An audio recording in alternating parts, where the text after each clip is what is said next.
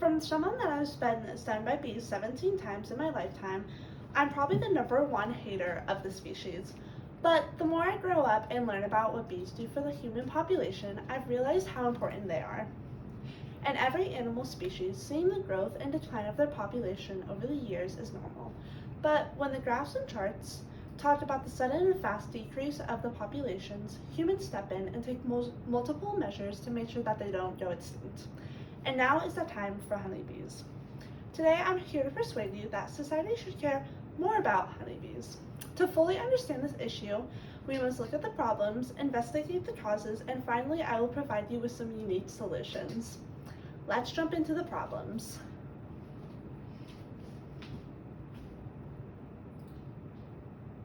Honeybees alone can pollinate 80% of all plants, which includes more than 130 types of fruits and vegetables.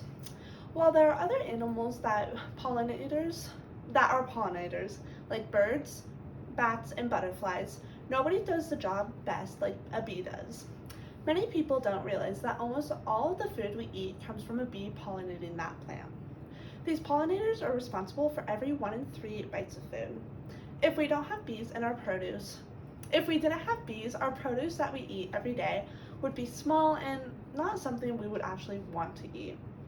According to the AP News on June 22nd, 2023, the U.S. Department of Agriculture says 35% of the human diet comes from insect-pollinated plants, and the honeybee is responsible for 80% of that pollination. This is important to know because without bees, our fresh produce would decline, and the amount and the prices of the fresh produce would go up.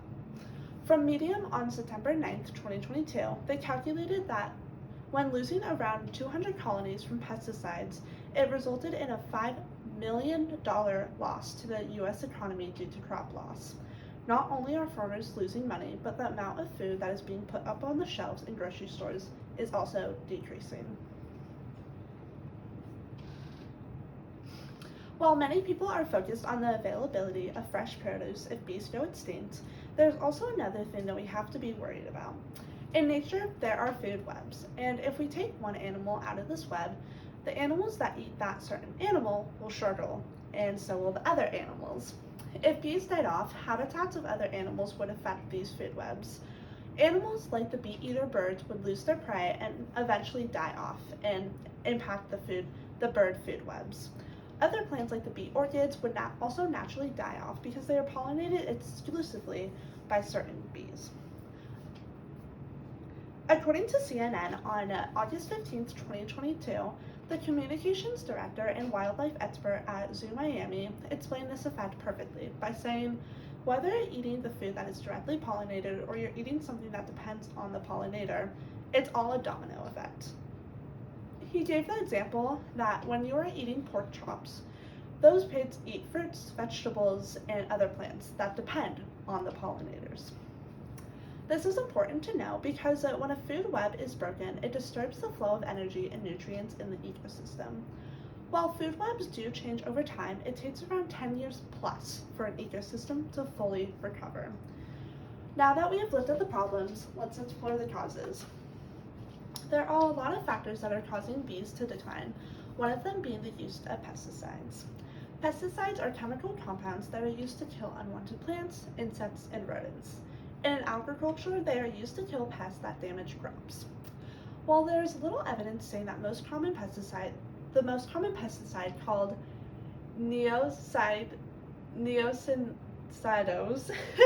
does improve these crops, we for sure know that this pesticide does cause bees to die. They kill bees by damaging their nervous systems, weakening their memories, and impeding their ability to forage and fly.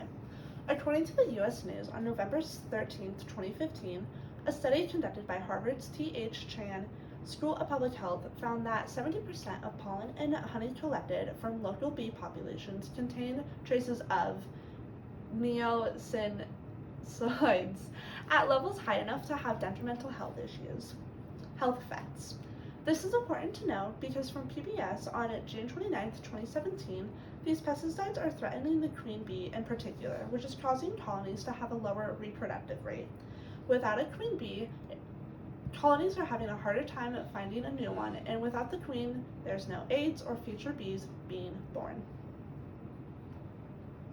Predators are found in every food chain there is, and these predators help the ecosystem by dispersing rich nutrients, and they influence the structure of ecosystems by regulating the lower species in the food chain.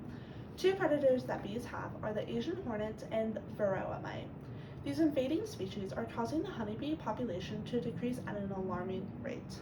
The Asian hornets wait outside the bumblebee colony and decapitate these bees. Then they kill the rest of the honeybee nest. With the varroa mite, these parasites feed on bee larvae and result in deformation of the wings in the bees and cause viruses that result in the whole bee hive dying. According to BBC, on February 9th, 2024, one study found Asian hornets don't just eat bees, they also scare them away from flowers, and the flower visits by bumblebees dropped substantially in the presence of these predators. In the article, it mentioned that these honeybees are learning how to fight back by dropping to the ground and taking the hornets down with them, which is important because if honeybees didn't find a defensive tactic, they could end up extinct, because invasive species like the Asian hornets are linked to 60% of global plant and animal extinctions. This is important to know because according to The Guardian, on September 7th, 2023, more than 28,000 hives have been destroyed since the mite was first detected 14 months ago that the article was released. The places where these mites have been detected have been declared as red zones, which means that bees are unable to be kept in that area for the next 3 years. Now that we have looked at the problems and causes, let me provide you with some unique solutions. One way to help bees is to provide a bee-friendly habitat in your yard or outdoor space. By planting a bee garden, you are creating safe zones for bees to collect pollen and nectar. In this garden, it would be good to plant flowers, vegetables, and even native plants, because a lot of new bee species have evolved into feeding exclusively on native flowers and need them to survive.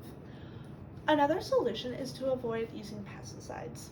As I mentioned earlier, these pesticides are very harmful to bees and can even be harmful to humans too.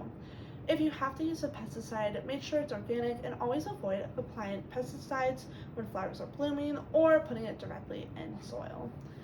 Today, I try to persuade you that society should start caring more about honeybees. We looked at the problems and the causes, and I provided you with some unique solutions. So hopefully next time, when you're outside walking around and see a bee, don't kill it right away. If a bee is injured, help it by putting it somewhere where it won't get more injured,